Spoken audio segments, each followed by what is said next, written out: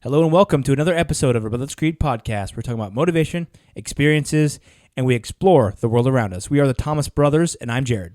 I'm Ethan. Today we're going to be talking about a very interesting phenomenon called mass hysteria, right? When you have something that happens to maybe one person or a couple people in a group, and then for some reason, everyone gets in on it for some reason. Somehow they're convinced or their mental state is altered in some way to where they join in on something that maybe has a little bit of truth or maybe is just completely ridiculous. Yeah. So it's going to be really interesting. We're going to give a lot of different examples and then... some modern examples, and also I'm going to dive deep into a historic example. Yeah, some really interesting stuff. So let's get into it. Let's do it. Spartans! What is your profession? Any man who must say, I am the king, is no true king. What I do have are a very particular set of skills. Skills that make me a nightmare. If I can change, then you can change. Everybody can change! Let us all unite! Let us fight for a new world, a decent world.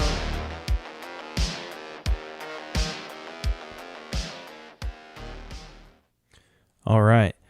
First, we're going to talk for a second about mass hysteria, and I'm going to give some examples about that. The first thing I thought about whenever I was thinking about this was, do you ever watch House, the show House? Mm-hmm. Right. So House was a doctor who was kind of crass, but he was really good at solving medical mysteries and stuff. So Dr. Cuddy, she was hot. Yeah.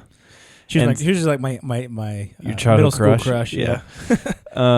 So there's this one episode I remember is called Airborne, right? And they were on an airplane. House and actually Dr. Cuddy were on an airplane. It was like an 18-hour flight from England to the U.S. And there was one. I remember this episode. There was one guy on the plane who he ends up, he's just, acting really funny and acting really weird and everything else. And then he ends up getting sick. And mid-flight, he ends up throwing up and going into convulsions and gets this really bad rash and passes out on the plane. So everybody's freaking out on the plane and everybody's like, what's going on? And House, obviously, he's like this medical doctor who's, investigative medical doctor. And so he jumps in and tries to figure out what's going on with this guy. Well, there's another gal on the plane that she goes, what's wrong with that guy? Is he sick? And House is like, well, yeah, obviously. And then she's like, well, I don't feel very good either. And now she throws up, and now she's got this really bad rash, and she's feeling, got abdominal pain, all this different kind of stuff. And then they're just kind of thinking, well, what is this? Is this some kind of outbreak? Is this some kind of toxic thing? And so he's going through all the different things. He's like, sometimes on these planes they use chemicals that to kill all the bugs, and sometimes they do this and do that, and he's trying to think of all these different potential outcomes that it might be. And so and then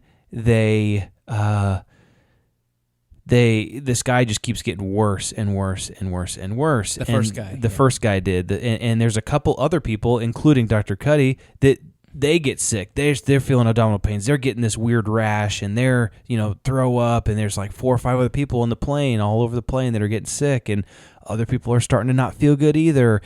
And finally, House comes up with this crazy thing that this guy has some kind of like ruptured something in his body, and they need to do surgery on him on the airplane. And so he makeshift puts together some kind of like, scalpel out of a razor blade on the plane, and he's going to operate on this guy. But he ends up finding out that the guy was kind of unconscious but still feeling pain and kind of writhing in pain. But whenever he was just about to cut into him, everybody was holding him down on the ground. There's like 3 or 4 people that were holding him down. And whenever they pushed on his joints, he felt relief from his pain.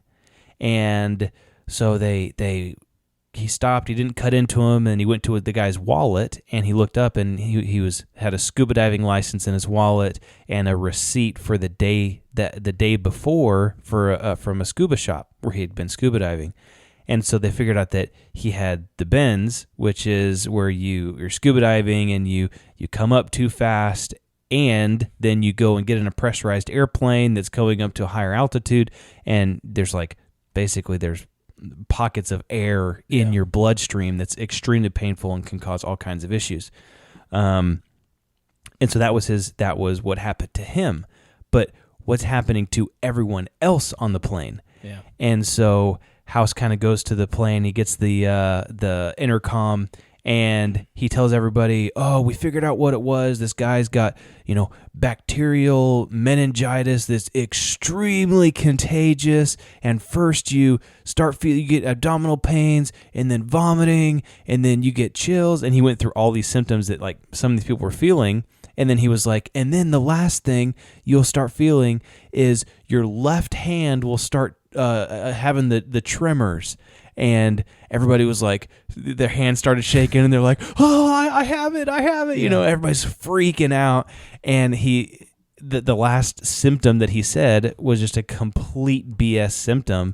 But because everyone was so convinced that they were sick and there was a sickness on the plane and all this kind of stuff, it created this kind of this mass hysteria where people were legitimately getting sick. Yeah.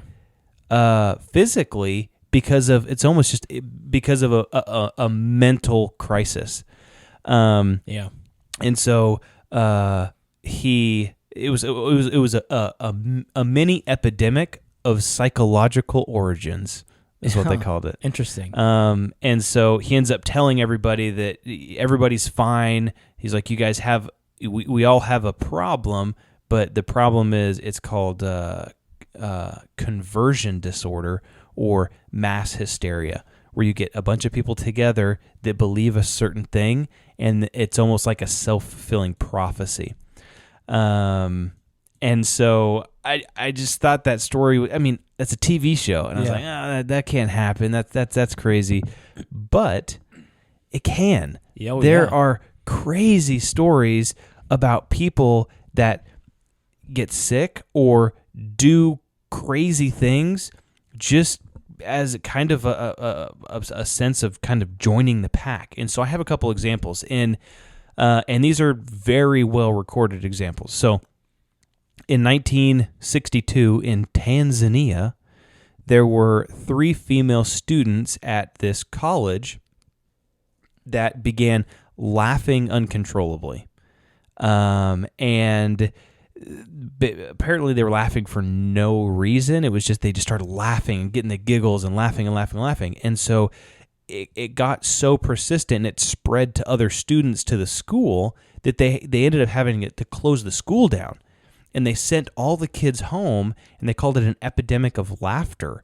And it became they sent. There are worse epidemics. Yeah, there are worse. So they sent all these kids home, and then it was almost like a contagious thing. These kids kept laughing, and it spread to the villages and the villagers.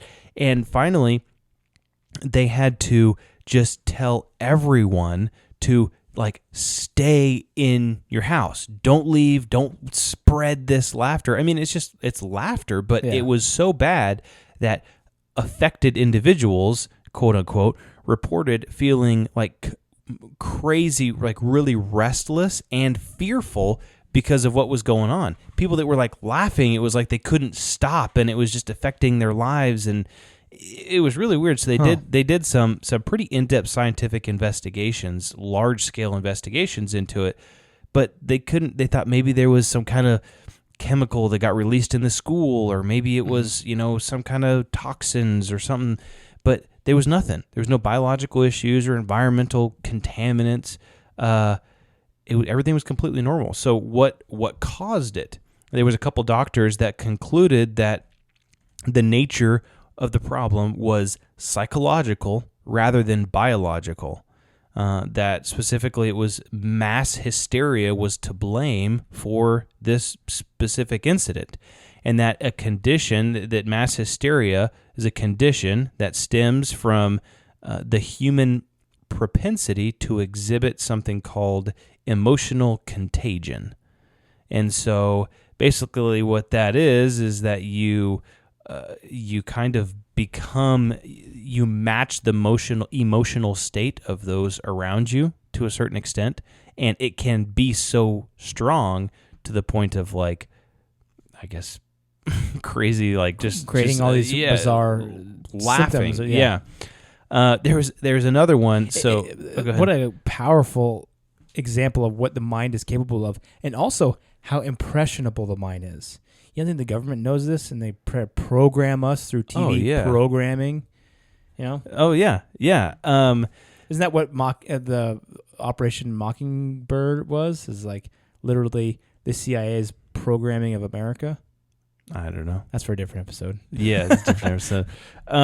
I just finished the book a couple weeks ago, 1984, and it's crazy. It's just like the propensity that people have just to like I think we said in a previous episode that people together are dumb, but individually are smart. Yeah. There was another one. There was a what do they call it? A convent, which is like a place where nuns live. Mm-hmm. And it was really interesting. There was in the early 19th century, and even before that, there was quite a few mass hysteria events that were recorded around convents. And they actually say that supposedly women are more susceptible to mass hysteria events than men are. But they gave this one example of this convent that basically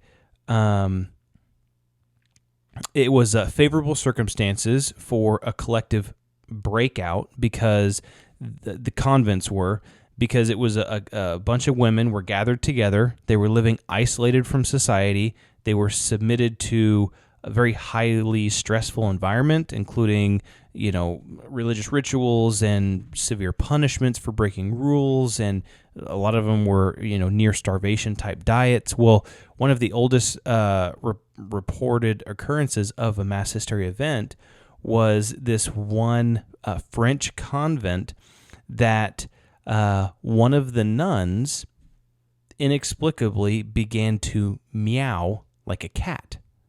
And so she would just meow for like a couple hours a day, and that was all she would communicate. Right? So afterwards, there was a couple nuns in that same convent that they started to meow as well. And then, I mean, this is funny, but this is like recorded history. What is that? You ever seen Super Troopers?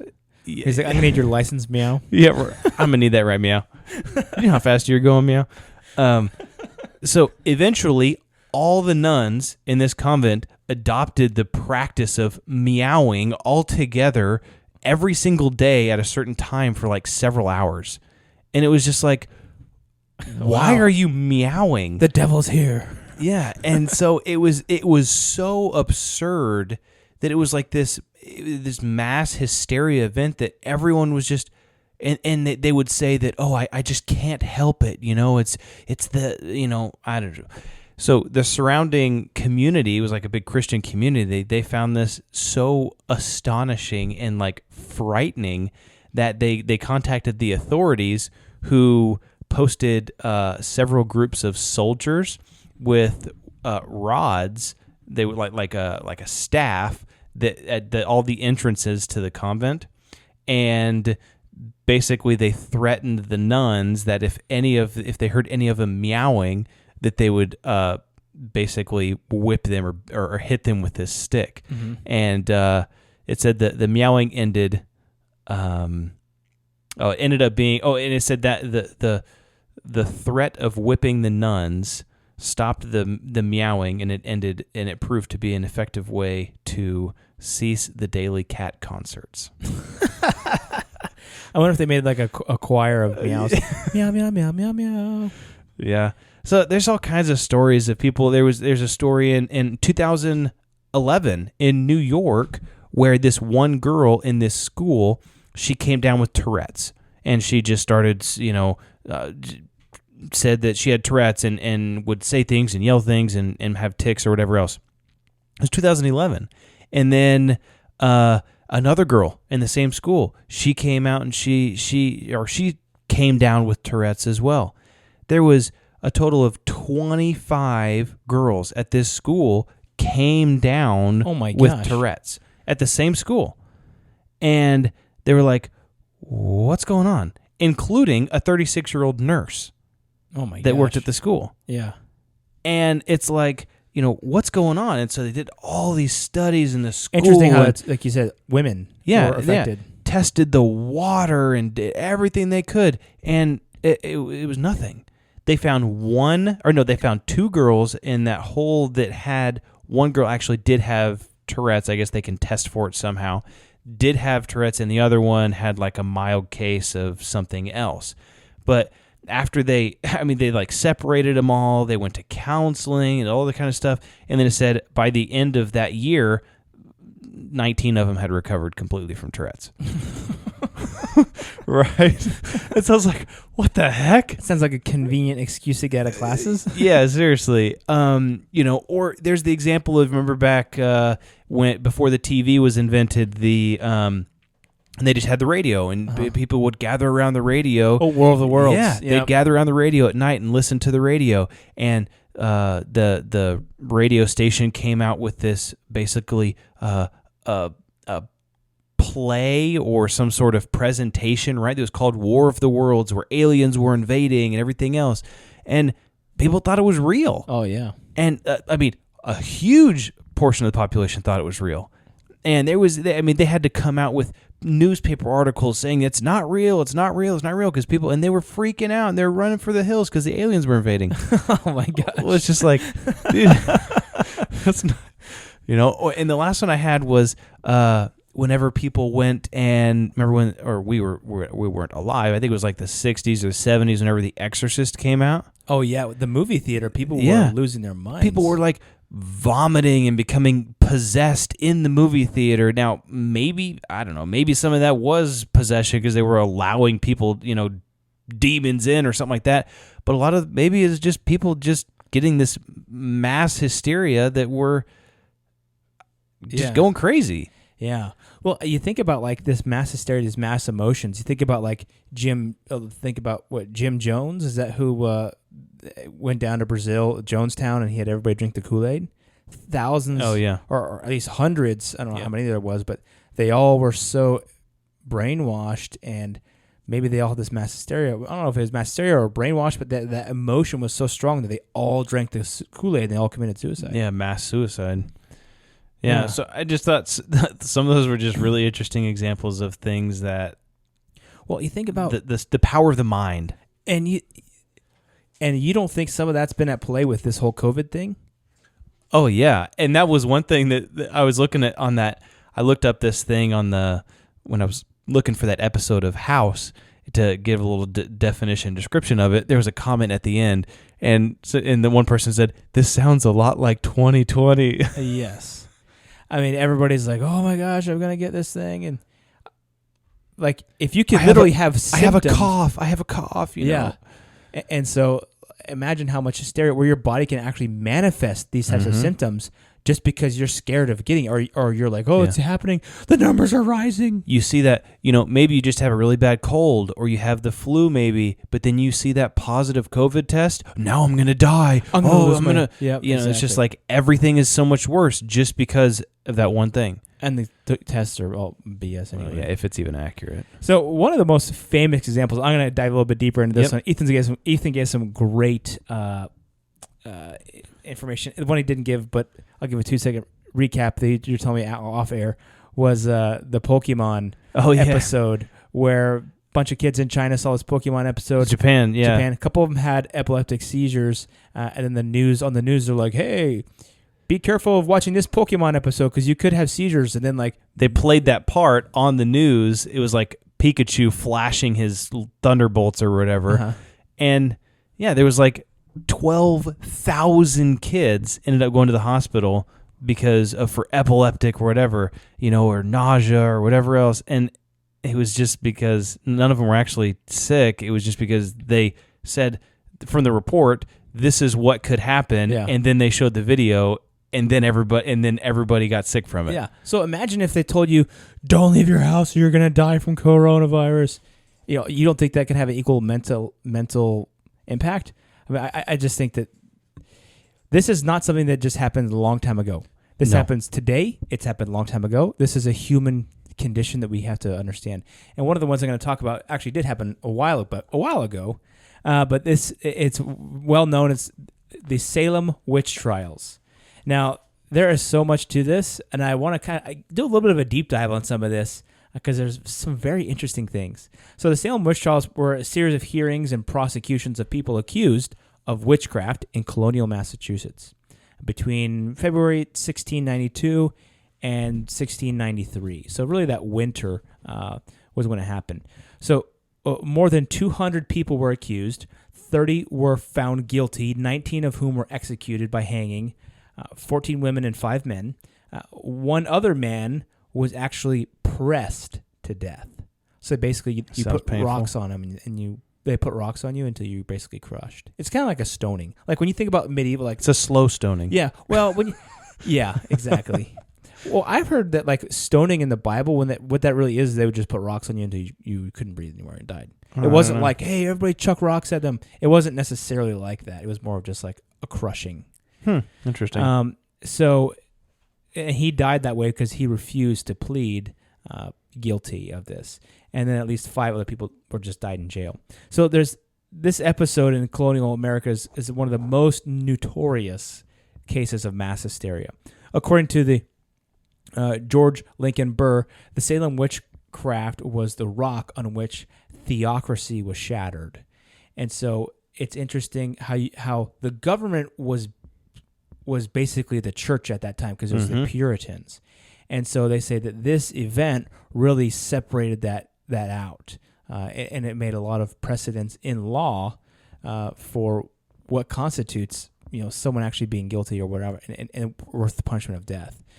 So a little bit of background here in Massachusetts, the government was primarily made of Puritan secular leaders. The Puritans were they had similar beliefs to the Church of England, except they didn't believe, they have several deviations, mainly some of the ones that were listed online was like they don't kneel for communion, they don't believe in the book of prayer, they don't wear the clergy vestments, and a couple other things. But from the name, you could probably guess Puritans. They were very religious, very straight-laced. So, talking about some of these people who were accused, and so there's this now.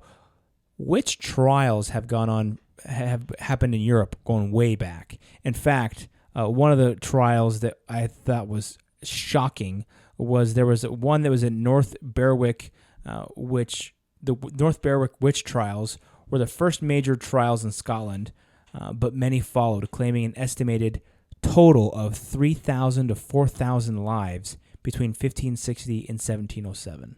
It's like 150 years. Yeah. So, and a lot of these people were royalty. They just accused of witchcraft, and so that's one thing I think is crazy, and I'm sure you'll probably get into it. But it's almost like the whole like communist thing in the Cold War era United States. It's just like they're commie, and it's just like that's like the worst thing that you could possibly call someone, and then their whole ruin their whole life.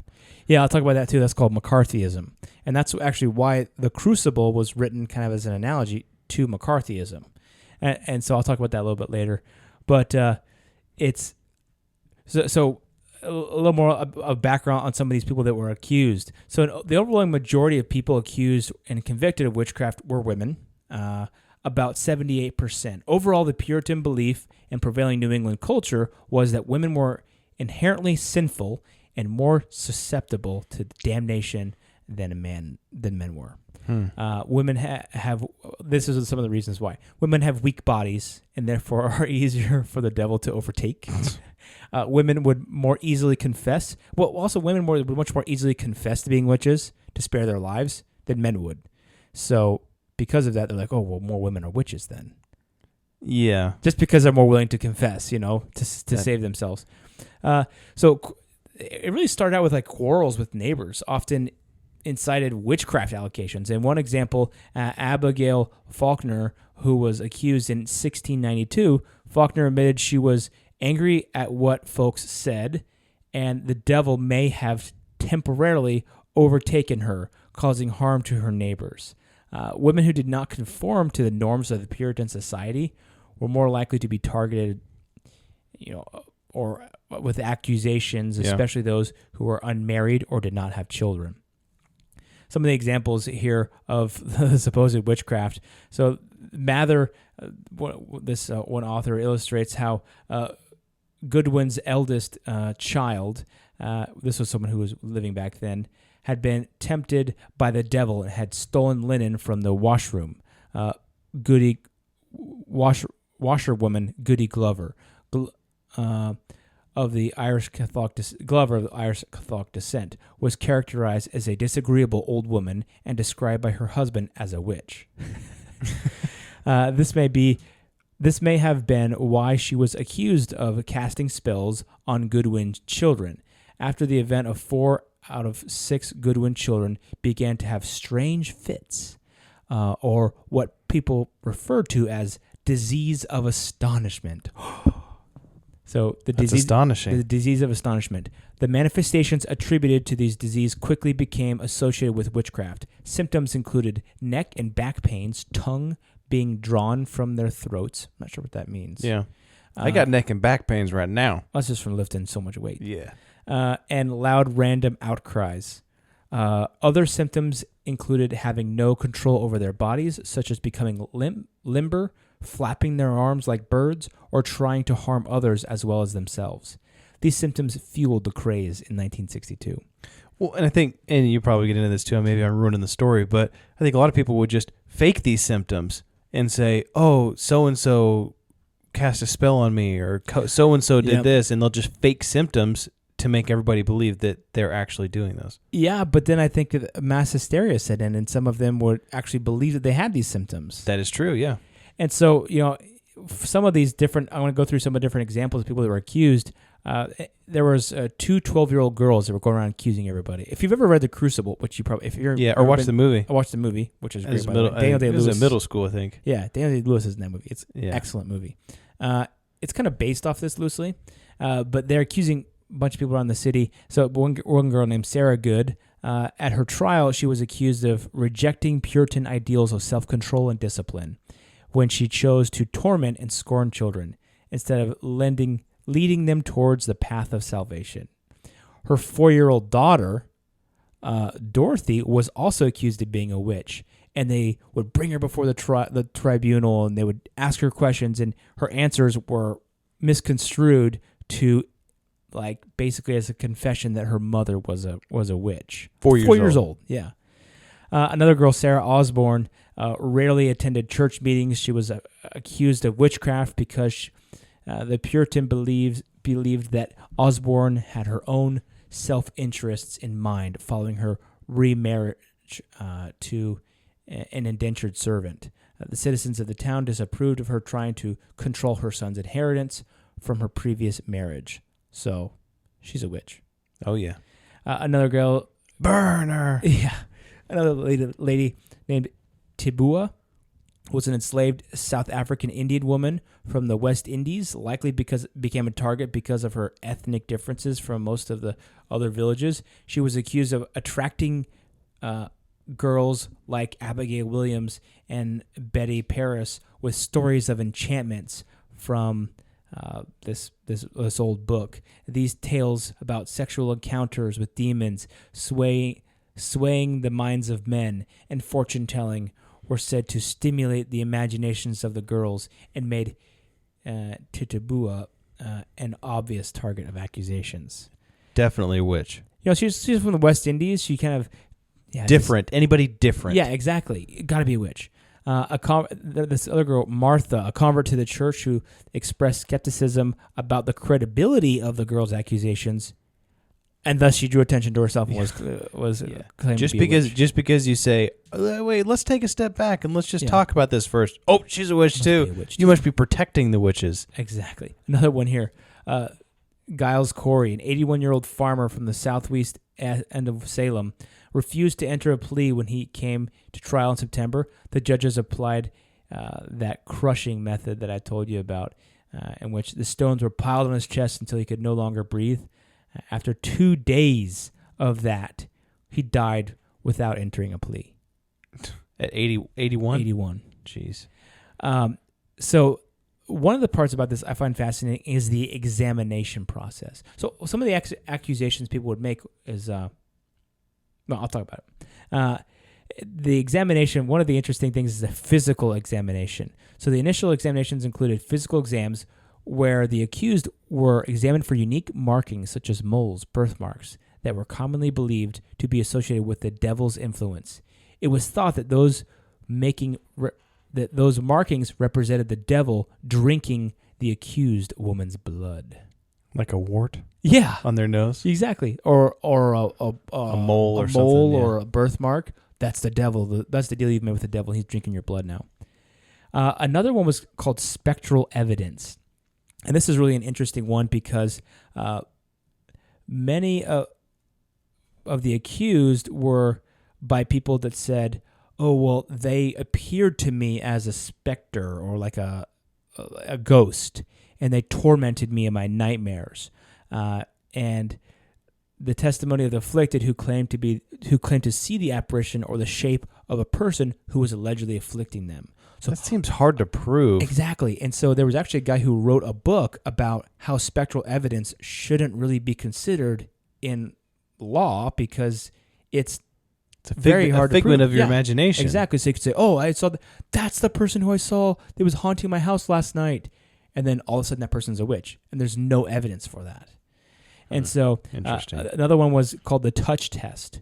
If the accused witch touched the victim while the victim was having a fit and the fit stopped, observers believed that meant the accused was the person who had afflicted the victim. So what they would do is they would blindfold these women and they would have them go touch various people and also blindfold the people that were twitching or whatever. And it would say, okay, if they've stopped twitching, well, they must have stopped twitching because you're the one that cast the spell on them. And so obviously a lot of loose guidelines there. Yeah, exactly. Or whatever, evidence. And it's kind of interesting. The trials ended not necessarily because people stopped believing in witches, but just because it really ended. There was one author said that points out that they ended because people stopped believing in the trials were doing any effective job at identifying who were witches. And on October 29, 1692, Philip dissolved the court of Oyer and Terminer, which was the court that would sentence all the people to death, as a decision that marked the beginning of the end of the Salem witch trials. By May of 1693, Phipps had pardoned and released all those remaining in prison on witchcraft charges. And then later, those who were part of that court had apologized and said that they were wrong and all this kind of stuff. And it's just really interesting. The Crucible, which I had mentioned prior, was written about this, but it was also kind of written about McCarthyism. So there was a senator during post-war 1940s, 1950s that his last name was McCarthy. And McCarthyism is the practice of making accusations of subversion and treason, especially when related to communism and socialism. It was characterized by the heightened political repression and persecution of the left-wing individuals and a campaign spreading fear of alleged communist and socialist influence in America, institutions, and of espionage by Soviet agents. Also, this was what was called the Red Scare during the Cold War era. Yeah. So, I mean, obviously, I think that we should not be communists and socialists in this country. But when you start accusing people with very little grounds, and then you create this mass hysteria where we're just accusing people left and right with very little evidence, it creates that mass hysteria or like a mass paranoia that is very dangerous. So I think that's such a deep dive into the Salem witch trials, and there was many other trials, but it's just so interesting how that piece of history is still repeating today. And if you think that people can't have mass hysteria today, you're kidding yourself. Yeah. Well, I think it's almost easier to have mass hysteria today because the amount of communication that exists today. And I think it can go for all different kinds of information. You think a video goes viral, or a TikTok goes viral, and even if the information is not true or it's skewed in a certain way, now everyone is going to believe that, or at least a large portion of the people that saw it when it went viral. So it's kind of interesting. I had another kind of thought on. I thought, why does this happen? Like, what chemically in your body happens when you're kind of convinced of something? And so, I had mentioned here, you don't like your neighbor, so you're going to call him a witch or whatever. Or, maybe it goes even further than that. And just because maybe it starts out with the first couple, they're just trying to get back at a neighbor or whatever else and calling him a witch. But then maybe it's people start to think that, my bad luck or my kids acting this way or the bad luck that I had in my family is because of someone else. And then they use that as almost like a scapegoat for, that person must have cast a spell on me. And so it's my bad luck is a spell from them. And then, this other person has bad luck. And so maybe they're under a spell too. And it's just like, it's this like snowball effect.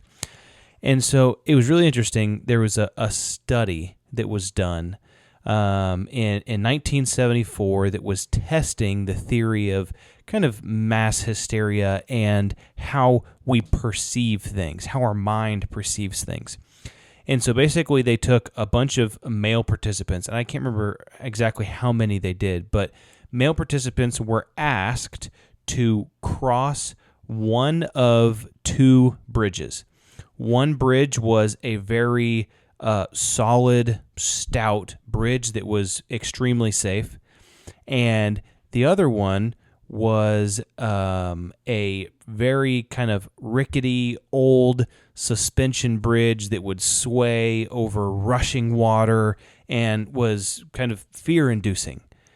And then at the end of both bridges, once you crossed the bridge, you there was a very good-looking woman there that was at the end that would say, hey, you're kind of cute, here, and she would give the person his number or her number and say, here, you should give me a call later, right? And it was all isolated, so that the people didn't know what was going on, but the girl would hand the guy his number or her number, and she would say, you should call me later, maybe we can go get dinner, right?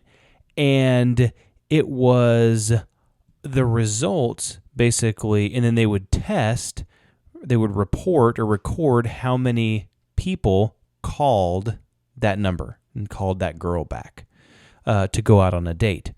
And the results were overwhelmingly that the men that crossed the rickety, scary bridge, they called the girl like a huge number of times more than the guys that crossed the safe bridge and the sturdy bridge did. And it was saying that the assumption was that when men, they got to the other side of the bridge and they were confronted by this beautiful woman, that they confused their response, their psychological response to danger in the dangerous bridge and the dangerous situation. They confused that mentally with arousal and attraction, or confidence, towards this woman, or confidence towards this woman. And so the whole thing was that in basically their minds had misinterpreted this danger scenario into kind of arousal and attraction. And so it all has to do with perception. And that was kind of one thing that I applied to this mass hysteria thing, is that a lot of times it's all perception. It's all how we see things in our mind. It's all the situation, the environment, our relationships, our interactions with other people. And maybe these people at the Salem witch trials, maybe they were just scared.